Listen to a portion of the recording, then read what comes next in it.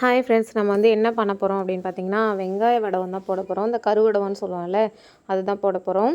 இது வந்து ஒரு 8 கிலோ வெங்காயம். நான் வந்துட்டு நல்லா வந்துட்டு கையாலே வந்து இப்படி லைட்டாக தோலை மட்டும் அப்படியே தேய்ச்சிட்டு அப்படியே ஊதிட்டு எடுத்துக்கிட்டேன். இந்த மாதிரி எடுத்துக்கிட்டோம்னாவே போதும். இது பார்த்தீங்க அப்படின்னா எனக்கு, அம்மாவுக்கு, அப்பாவுக்கு, எங்கள் வீட்டுக்காருக்கு அவங்களுக்கெல்லாம் கொடுத்து அனுப்பலாம் அப்படின்னு சொல்லிட்டு தான் போட்டுட்ருக்கேன். 8 கிலோ போட்டுட்ருக்கேன். நான் வந்து சும்மா ஒரு 4 கிலோ 3 கிலோ போட்டாவே எனக்கு வந்து ஒரு 3 வருஷத்துக்கு இருக்கும். ஏன்னா நாங்கள் அதிகமாக சாம்பார் இந்த மாதிரிலாம் எதுவும் தாளிக்க மாட்டேன். முருங்கைக்காய் சாம்பார்னால் தாளிப்பேன். மற்றபடி புளிக்குழம்பு, கீரை இந்த மாதிரி செஞ்சால் தான் நாங்கள் அதிகமாக யூஸ் பண்ணுவோம். மற்றபடி வந்து சாம்பார், ரசத்துக்கெலாம் கடுகு தான் யூஸ் பண்ணிப்பேன்.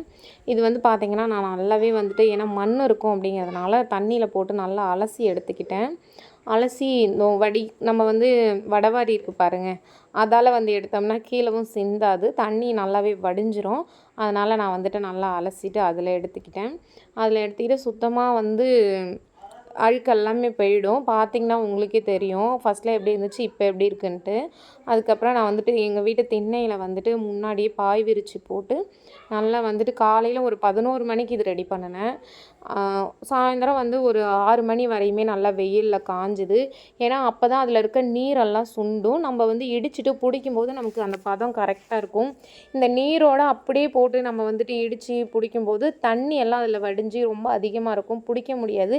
இதில் இருக்க அந்த தண்ணி எல்லாமே கீழவே இருக்கும். அப்போ நமக்கு அதில் வாசம் எதுவுமே இருக்காது. அதனால தான் வந்துட்டு நான் சாயந்தரம் வரையுமே அப்படியே போட்டு காய வச்சிட்டேன். காய வச்சுட்டு நான் எங்கள் மாமியார் வீட்டில் தான் போய்ட்டு எங்கள் வீட்டில் போய்ட்டு இடிச்சிட்டு வந்தேன். ஏன்னா இங்கே இடிக்கிறதுக்கு எதுவுமே இல்லை, நாங்கள் வாடகை வீட்டில் இருக்கோம். அதனால் அங்கே போய்ட்டு இடிக்கும்போது அதில் வந்து பூண்டு, கல் உப்பு எல்லாமே திட்டமாக போட்டு இடிச்சுக்கிட்டேன். நான் இங்கே இடிக்க முடியாதனால அங்கே போய் இடித்ததுனால கொஞ்சம் இருட்டு இருந்துச்சு, அதனால் வீடியோ எடுக்கலை. ஒரு 10 கட்டி பூண்டு போட்டுக்கோங்க, கொஞ்சம் உப்பெல்லாம் போட்டு நல்லா வந்துட்டு இடிச்சுக்கோங்க. இடிச்சிட்டு நான் வந்து 1 கிலோ கடுகு போட்டுக்கிட்டேன் இதுக்கு. ஏன்னா எனக்கு வந்துட்டு திட்டம் தெரியும், நான் அதனால் அளந்துலாம் எதுவுமே போடலை. நான் அதனால் 1 கிலோ போட்டேன். 1 கிலோ கடுகு சிந்தவும் இல்லை, செதறவும் நம்ம உருண்டை பிடிக்கும்போது எதுலேயும் எக்ஸ்ட்ராலாம் போகலை, கரெக்டாகவே இருந்துச்சு எனக்கு. அதுக்கப்புறம் 1/2 கிலோ வந்து வெள்ளை உளுந்து, உடச்ச உளுந்து இருக்குது பாருங்கள், வெள்ளை உளுந்து, அது வந்து நான் 1/2 கிலோ போட்டுக்கிட்டேன். பெருஞ்சீரகம் 100 போட்டுக்கிட்டேன், சின்ன சீரகம் 100 போட்டுக்கிட்டேன். அதுக்கப்புறம் வெந்தயம் வந்து ஒரு 50 தான் போட்டுட்டேன், நான் அதிகமாக போடலை.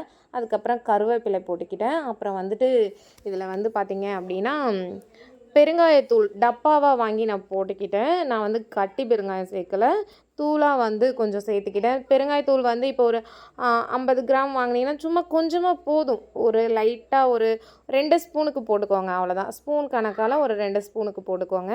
அதுக்கப்புறம் வந்து கருவேப்பிலையும் நல்லா சேர்த்துக்கோங்க. இதில் வந்துட்டு ஒரு 1/2 லிட்ரு எண்ணெய், கல்லெண்ணெயில் வந்து 1/2 லிட்டரில் வந்து 3/4 வாசி ஊற்றிக்கிட்டு 1/4 வாசி வச்சுக்கிட்டேன். அதே மாதிரியே விளக்கெண்ணையும் வந்து 3/4 வாசி ஊற்றிக்கிட்டு 1/4 வாசி வச்சுக்கிட்டேன். ஏன்னா இது வந்து நம்ம வடகம் பிடிச்சி வச்சு 3வது நாள் திரும்ப அதை டைட் பண்ணுறதுக்கு பிடிக்கிறதுக்கு யூஸ் ஆகும். அதனால தான் வந்து மீதி விளக்கெண்ணையை வந்து நான் வச்சுக்கிட்டேன் ஒரு 1/4 வாசிக்கு. அதுக்கப்புறம் மஞ்சத்தூள் 100 போட்டுக்கிட்டேன். கருவேப்பிலை உங்கள்கிட்ட எவ்வளோ இருக்கோ அதையும் போட்டுக்கோங்க. அதுக்கப்புறம் வந்து நல்லா வந்து உருண்டை பிடிச்சி வச்சுருங்க. 3ஆம் நாள் திரும்ப எடுத்து நல்லா திரும்ப டைட் பண்ணுறதுக்காக நல்லா வந்துட்டு இறுக்கி பிடிச்சி ஒரு 7 நாள் இல்லைன்னா 9 நாள், அடிக்கிற வெயிலுக்கு 7 நாளே போதும், நல்லா வந்துட்டு காய வச்சு எடுத்துட்டிங்கன்னா வடகம் வந்து செம சூப்பராகவே இருக்கும். எப்பயுமே கெட்டு போகாது. இதுவே ஃப்ரிட்ஜில் வச்சுக்கிட்டிங்க அப்படின்னா இந்த கலர் வந்து மாறாமல் அப்படியே இருக்கும், எத்தனை வருஷத்துக்கு இருந்தாலும். வெளியில் வைக்கும்போது தான் அது 1 வருஷத்துக்குள்ளே வந்து அந்த கருப்பு கலர் மாதிரி ஆகிடுறது. ஓகே ஃப்ரெண்ட்ஸ், இந்த வீடியோ பிடிச்சிருந்தா லைக் பண்ணுங்கள், ஷேர் பண்ணுங்கள், கமெண்ட் பண்ணுங்கள்.